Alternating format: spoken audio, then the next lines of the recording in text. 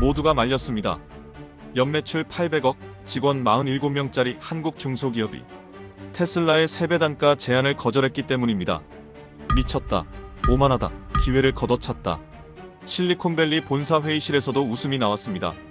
그런데 1년 뒤 상황이 완전히 뒤집혔습니다. 테슬라는 그 회사가 제시한 기준을 그대로 받아들였습니다. 가격이 아니라 10년 뒤를 본 선택. 오늘은 한 한국 중소기업이 왜 세계 최고의 기업을 멈춰 세웠는지 그 충격적인 이유를 공개합니다. 구독과 좋아요로 대한민국을 응원하세요. 스토리 제작에 큰 힘이 됩니다. 비싼 게 비싸다는 말의 반대말은 무엇일까요? 많은 사람들이 비싼 게 싸다라고 답하지만 저는 다르게 생각합니다. 정답은 안전이 싸다입니다.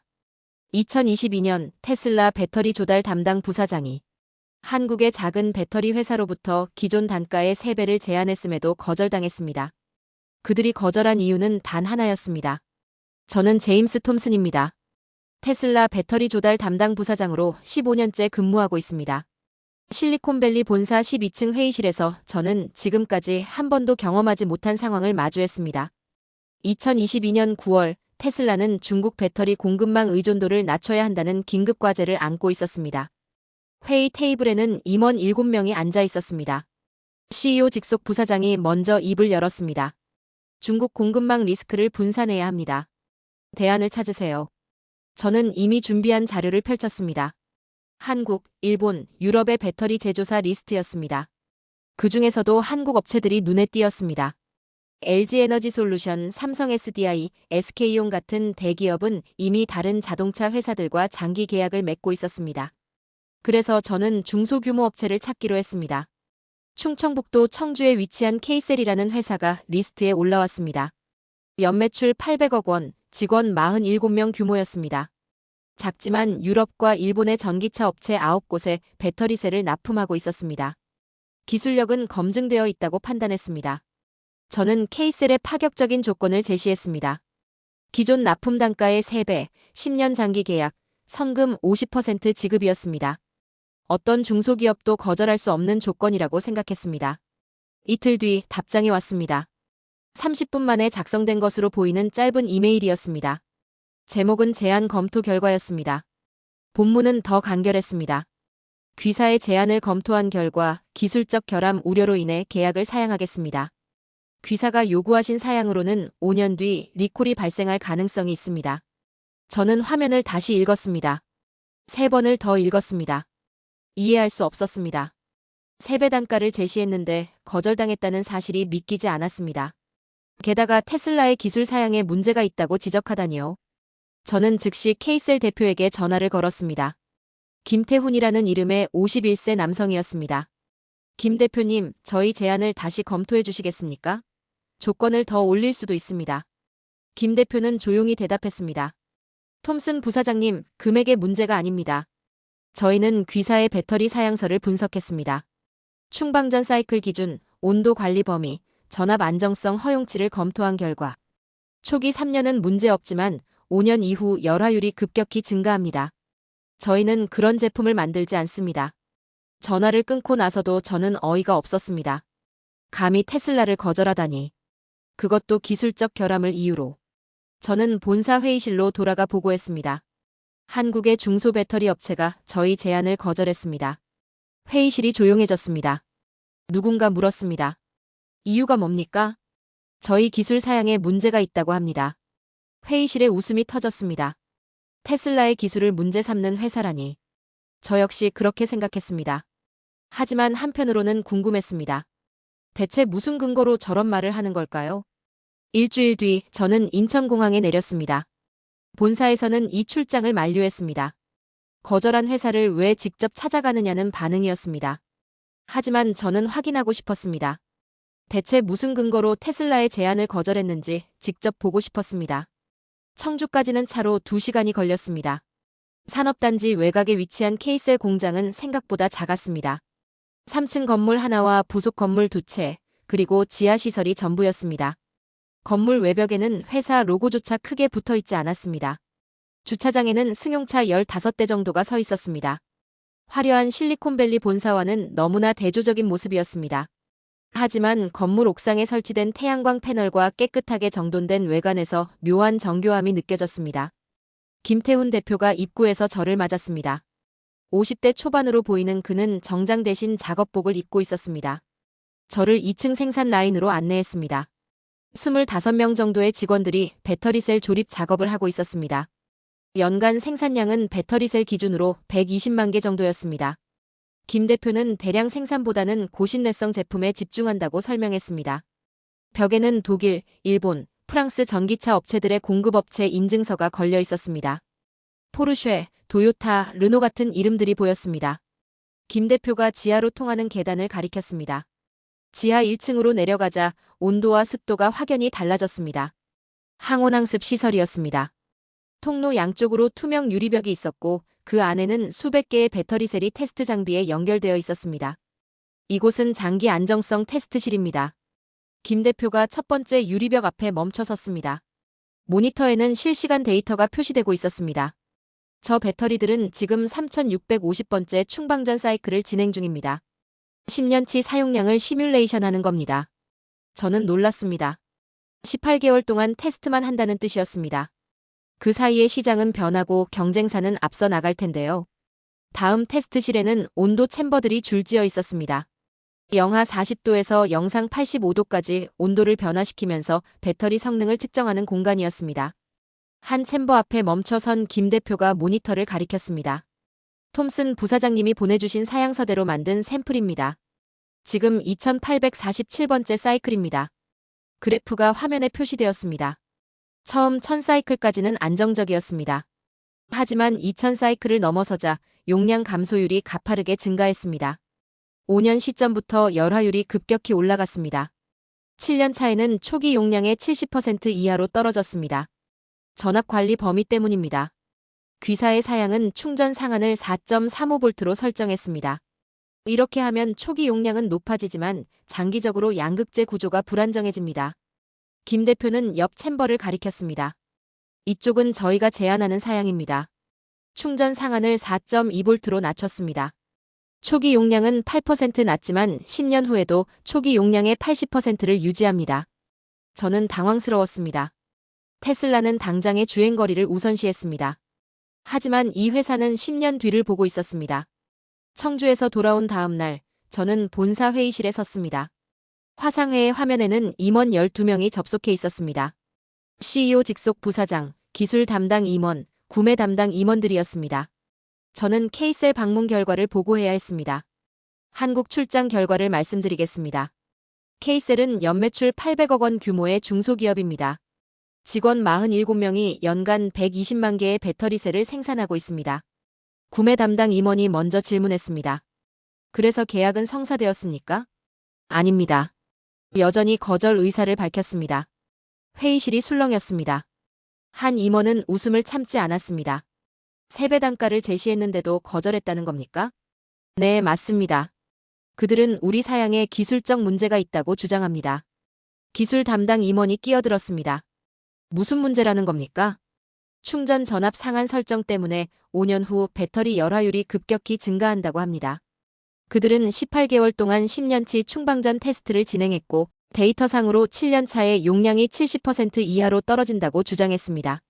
CEO 직속 부사장의 얼굴은 이미 완전히 굳어졌습니다. 직원 50명도 안 되는 회사가 테슬라 기술진을 가르치려 든다는 겁니까? 이건 공급망 갑질입니다. 다른 임원들도 동조했습니다. 저 역시 그렇게 생각했습니다. 하지만 한편으로는 찝찝했습니다. K-CELL의 테스트 시설은 분명 체계적이었습니다. 그들이 보여준 데이터도 조작으로 보이지 않았습니다. 구매 담당 임원이 말했습니다. 계약 조건을 더 올리십시오. 단가 10% 인상, 성금 70%로 재제안하세요. 거절할 수 없는 조건을 만드는 겁니다.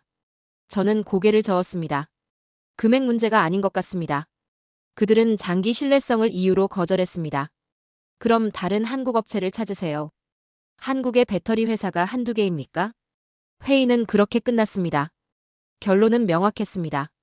오만한 회사이고 우리는 다른 대안을 찾아야 한다는 것이었습니다. 하지만 저는 의문이 들었습니다. 왜 모두가 이상하다고 생각하지 않는 걸까요? 연매출 800억짜리 회사가 수천억 원 계약을 거절했습니다. 돈 때문이 아니라 기술 때문에 거절했습니다. 정말로 오만해서일까요? 아니면 우리가 놓친 게 있는 걸까요? 저는 책상으로 돌아와 K셀이 납품하는 9개 업체 리스트를 다시 펼쳤습니다. 포르쉐, 도요타, 르노, BMW, 볼보. 모두 품질을 최우선으로 하는 업체들이었습니다. 그들도 K-CEL과 5년 이상 거래하고 있었습니다. 무언가 제가 모르는 게 있었습니다. 그리고 그걸 알아내고 싶었습니다. 챕터 4대전 배터리 연구소 2016년 삼성 갤럭시 노트 7 폭발 이후. 일주일 뒤 저는 다시 한국행 비행기에 올랐습니다. 이번에는 대전에 있는 한국전자기술연구원을 방문하기로 했습니다. K셀이 왜 저렇게 행동하는지 이해하려면 한국 배터리 업계의 역사를 알아야 한다고 생각했습니다. 본사에는 개인 일정으로 보고했습니다. 공식적으로 인정받기 어려운 출장이었으니까요. 대전역에서 택시로 20분을 달려 연구원에 도착했습니다. 6층 건물 로비에서 저를 맞은 사람은 윤성진 박사였습니다. 60대 초반으로 보이는 그는 한국 배터리 안전기준 수립에 참여한 인물이었습니다. 이력서에는 LG화학, 삼성 SDI 자문을 역임했다고 적혀 있었습니다. 톰슨 부사장님, 2016년을 기억하십니까? 물론입니다. 삼성 갤럭시 노트 7 폭발 사건이었죠. 윤 박사는 고개를 끄덕이며 복도를 따라 걸었습니다. 벽에는 여러 사진들이 걸려 있었습니다. 배터리 구조도, 안전 테스트 장면, 그리고 사고 사례들이었습니다. 그중 하나가 눈에 들어왔습니다. 까맣게 탄 스마트폰 사진이었습니다. 노트 7이었습니다. 저 사건 이후 한국 배터리 업계 전체가 변했습니다. 윤 박사가 말했습니다. 단순히 삼성만의 문제가 아니었습니다. 한국 배터리 산업 전체의 신뢰가 흔들렸습니다. 우리는 회의실로 들어갔습니다. 테이블 위에는 두꺼운 보고서가 놓여 있었습니다. 표지에는 2016 배터리 안전성 재정립 프로젝트라고 적혀 있었습니다.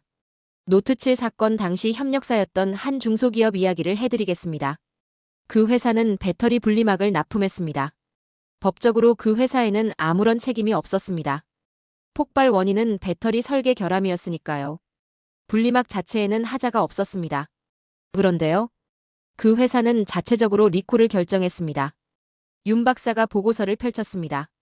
자사 부품에 문제가 있을 가능성이 1%라도 있다면 회수하겠다는 입장이었습니다. 당시 그 회사 대표는 이렇게 말했습니다. 법적 책임과 도덕적 책임은 다릅니다. 저는 놀랐습니다. 법적 책임도 없는데 자진 리콜을 했다는 겁니까? 네, 맞습니다. 그 회사는 당시 납품한 분리막 전량을 회수했습니다. 손실액이 120억 원이었습니다. 회사 연매출의 40%였습니다. 직원 절반을 정리해야 하는 상황이었습니다. 저는 이해할 수 없었습니다. 왜 그런 선택을 했습니까? 윤 박사는 창밖을 바라봤습니다. 한국 배터리 업계에는 불문율이 하나 있습니다. 의심이 가면 멈춘다. 확실하지 않으면 출하하지 않는다. 이익보다 안전이 우선입니다. 노트 7 사건은 한국 기업들에게 뼈아픈 교훈이었습니다. 그 회사는 지금 어떻게 되었습니까? 5년 만에 회복했습니다. 지금은 유럽 전기차 업체 6곳에 납품하고 있습니다. 연매출이 사건 전에 2배가 되었습니다. 그 회사가 자진 리콜을 결정했다는 사실이 오히려 신뢰를 만들었습니다. 유럽 업체들은 그 점을 높이 샀습니다. 윤 박사는 다른 사진을 가리켰습니다. 벽에 걸린 액자였습니다. 폭발한 노트 7 사진 옆에 문구가 적혀 있었습니다. 다시는 이런 일 없게. 노트 7 사건 이후 한국 배터리 업체들은 안전 기준을 2배로 강화했습니다. 법적 요구사항보다 훨씬 높은 기준을 스스로 만들었습니다. 그게 지금 한국 배터리의 경쟁력입니다. 저는 이해하기 시작했습니다. K셀이 테슬라의 제안을 거절한 이유가 조금씩 보였습니다. 그들은 단순히 오만한 게 아니었습니다. 그들은 2016년의 교훈을 잊지 않고 있었습니다. 윤 박사가 마지막으로 말했습니다. 한국 기업들은 한 번의 실패가 전체 산업을 무너뜨릴 수 있다는 걸 압니다. 그래서 개별 기업이 아니라 산업 전체의 명성을 지키려 합니다. 그게 바로 한국 배터리가 세계에서 신뢰받는 이유입니다. 대전에서의 만남 이후 저는 울산으로 향했습니다. 윤성진 박사가 추천한 곳이었습니다. 한국의 배터리 소재 산업을 이해하려면 양극재 제조사를 방문해 보라는 조언이었습니다. 울산 미포국 가산업단지에 위치한 에코머티리얼스라는 회사였습니다. 연매출 1,200억 원 규모로 전기차 배터리용 양극재를 생산하는 업체였습니다. 공장 입구에서 저를 맞은 사람은 기술이사 이민재였습니다. 48세, 카이스트 화학공학 박사 출신이었습니다. 그는 저를 곧바로 연구동으로 안내했습니다. 2019년에 개발한 공정입니다. 이민재 이사가 모니터를 가리켰습니다. 화면에는 복잡한 화학 공정도가 표시되어 있었습니다. 기존 양극재 제조 원가를 30% 낮출 수 있는 기술이었습니다. 저는 놀랐습니다. 30% 원가 절감이라면 엄청난 경쟁력 아닙니까? 맞습니다. 우리도 그렇게 생각했습니다. 이민재 이사는 쓴웃음을 지었습니다. 그런데 이 기술이 중국으로 유출되었습니다. 2020년 초였습니다. 어떻게 유출되었습니까? 퇴사한 연구원이 중국 업체로 이직하면서 가져갔습니다. 법적으로 막을 방법이 없었습니다. 6개월 뒤 중국 업체가 똑같은 공정으로 양극재 양산을 시작했습니다. 그럼 귀사는 피해를 입었겠군요. 이민재 이사는 고개를 저었습니다. 우리는 그 기술을 쓰지 않았습니다. 저는 이해할 수 없었습니다. 왜요? 귀사가 개발한 기술인데요. 3년은 문제 없습니다. 하지만 7년 뒤 열화율이 급증합니다. 이민재 이사가 다른 그래프를 보여주었습니다. 원가를 낮추기 위해 니켈 함량을 높였는데 장기적으로 구조 안정성이 떨어집니다. 초기 성능은 좋지만 시간이 지나면 문제가 생깁니다. 중국은 그걸 모릅니까? 알 겁니다. 하지만 그들은 당장의 가격 경쟁력이 중요합니다. 7년 뒤 문제는 그때 가서 생각하는 거죠. 그럼 귀사는 그 기술을 완전히 포기했습니까? 네, 2020년 중반에 공식적으로 폐기 결정을 내렸습니다. 이민재 이사는 옆 실험실로 저를 안내했습니다. 대신 이쪽 기술을 개발했습니다. 새로운 공정도가 벽면 스크린에 표시되었습니다. 원가는 기존 대비 15%만 낮아졌지만 10년 후에도 성능이 안정적으로 유지되는 기술이었습니다. 개발 기간이 얼마나 걸렸습니까? 3년입니다. 2023년에 완성했습니다. 저는 계산했습니다. 2019년에 개발한 기술을 2020년에 폐기하고 2023년까지 새 기술을 개발했다는 뜻이었습니다. 그 사이 중국 업체는 유출된 기술로 시장을 선점했을 것입니다. 시장 점유율에서 손해를 보지 않았습니까? 단기적으로는 그렇습니다. 이민재 이사가 인정했습니다. 하지만 2025년부터 상황이 바뀌었습니다. 중국산 양극재를 쓴 배터리에서 성능 저하 문제가 보고되기 시작했습니다. 유럽 자동차 업체들이 우리 제품으로 전환했습니다. 결국 장기적으로는 이익이었다는 말씀이군요. 이익의 문제가 아닙니다. 이민재 이사가 단호하게 말했습니다. 평판의 문제입니다. 한국산 배터리 소재라는 브랜드를 지키는 겁니다. 한 회사의 실수가 전체 산업에 영향을 미칩니다. 저는 또다시 같은 논리를 들었습니다. 개별 기업이 아니라 산업 전체를 생각한다는 것. K셀에서 대전 연구소에서 그리고 지금 이곳에서도 똑같은 철학을 확인했습니다. 이민재 이사가 마지막으로 말했습니다. 중국은 빠릅니다. 하지만 우리는 오래갑니다. 시장은 결국 오래가는 쪽을 선택합니다. 울산에서 돌아온 다음 날 저는 인천으로 향했습니다. 이민재 이사가 추천한 곳이었습니다. 한국 배터리 산업의 또 다른 비밀을 보고 싶다면 인천 배터리 안전 연구센터를 방문해 보라는 조언이었습니다. 인천 송도 국제도시에 위치한 5층 건물이었습니다. 외관은 평범한 연구소처럼 보였지만 이곳에는 특별한 데이터베이스가 있다고 했습니다. 로비에서 저를 맞은 사람은 수석연구원 박영수 박사였습니다. 70세로 한국 배터리 산업 1세대 연구자였습니다.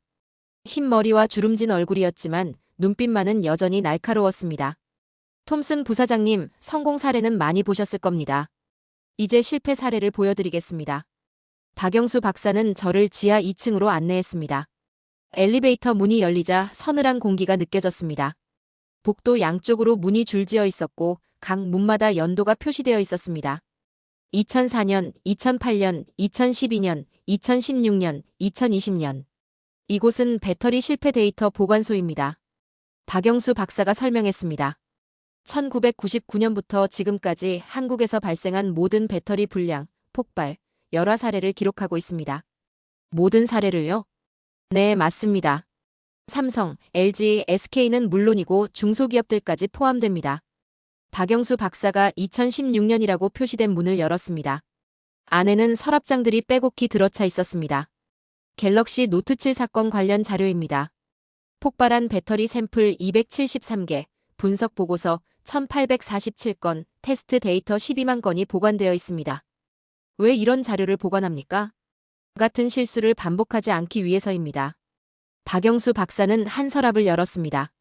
안에는 까맣게 탄 배터리 샘플이 투명 용기에 담겨 있었습니다. 실패는 숨기는 게 아니라 공유하는 겁니다. 저는 놀랐습니다. 경쟁사끼리 실패 사례를 공유한다는 겁니까? 맞습니다. 매년 2차례 배터리 안전 컨퍼런스를 엽니다. LG, 삼성, SK, 그리고 중소업체들이 모여서 자사의 실패 사례를 발표합니다. 박영수 박사는 다른 방으로 저를 안내했습니다. 회의실 벽면에는 대형 스크린이 설치되어 있었습니다. 박영수 박사가 컴퓨터를 켰습니다. 데이터베이스 화면이 나타났습니다. 검색창에는 불량 유형, 발생 연도, 원인 분석 등의 카테고리가 있었습니다. 예를 들어 양극재 열화 문제를 검색하면 지난 20년간 발생한 모든 사례가 나옵니다. 어떤 조건에서 발생했는지, 원인이 무엇인지, 해결 방법은 무엇인지 모두 기록되어 있습니다. 박영수 박사는 하나의 사례를 클릭했습니다. 2018년 한 중소기업에서 발생한 배터리 팽창 문제였습니다. 상세한 분석 보고서가 표시되었습니다. 전해액 조성, 온도 조건, 충방전 패턴까지 모든 변수가 기록되어 있었습니다. 이 데이터는 누가 접근할 수 있습니까? 한국배터리산업협회에 가입된 모든 업체가 접근 가능합니다. 대기업도 중소기업도 동일하게 볼 수 있습니다. 저는 믿기 어려웠습니다. 경쟁이 치열한 산업에서 이런 정보를 공유한다는 것이 이해되지 않았습니다. 왜 이렇게 합니까? 자사의 약점을 드러내는 것 아닙니까? 박영수 박사는 고개를 저었습니다. 한국 배터리 산업은 경쟁하지만 생존을 위해서는 협력해야 합니다. 한 회사의 사고가 한국산 배터리 전체의 신뢰를 무너뜨릴 수 있습니다. 그래서 우리는 실패를 공유합니다. 박영수 박사는 창밖을 바라봤습니다. 송도 앞바다가 보였습니다. 2016년 노트7 사건 이후 우리는 결심했습니다. 성공은 각자 만들어도 되지만 실패는 함께 막아야 한다고. 그게 한국 배터리가 살아남는 방법입니다. 저는 비로소 이해했습니다. K셀이 테슬라를 거절한 이유가 그들은 단순히 한 회사가 아니었습니다. 한국 배터리 산업 전체의 일원이었고 그 명성을 지킬 책임이 있었습니다. 한국 출장에서 돌아온 지 석 달이 지났습니다. 2023년 3월 저는 디트로이트에서 열린 북미 배터리 서밋에 참석했습니다. 미국, 유럽, 아시아의 자동차 제조사와 배터리 업체 임원 300여 명이 모인 행사였습니다. 저는 테슬라 대표로 참석했지만 마음 한편으로는 한국에서 본 것들을 정리하고 있었습니다. 첫째 날 오후 GM의 배터리 개발 담당 부사장 마이클 존슨이 무대에 올랐습니다.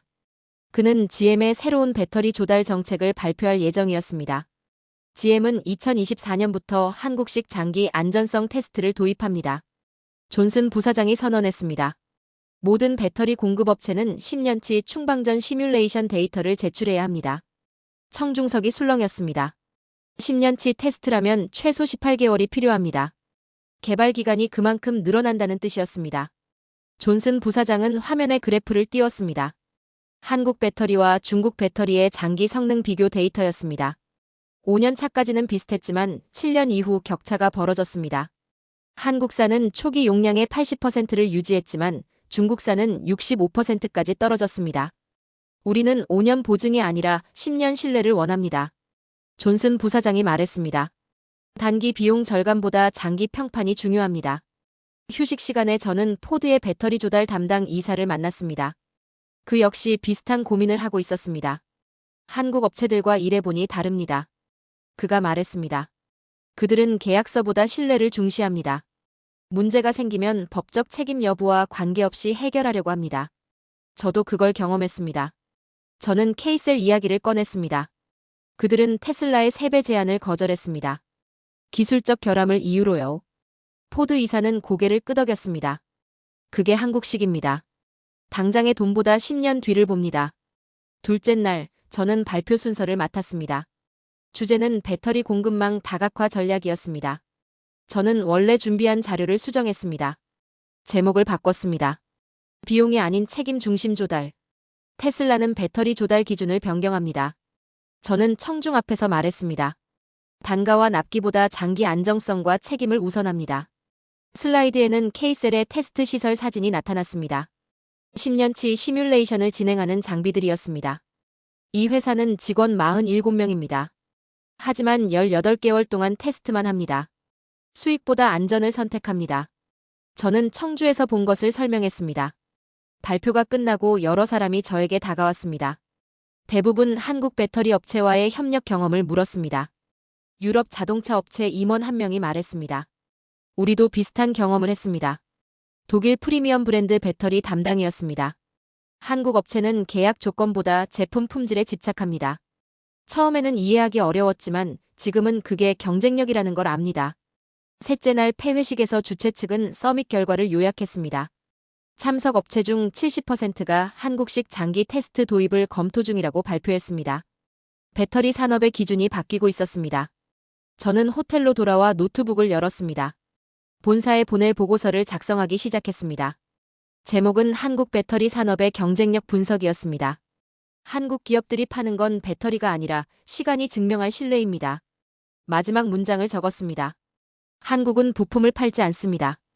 검증된 미래를 팝니다.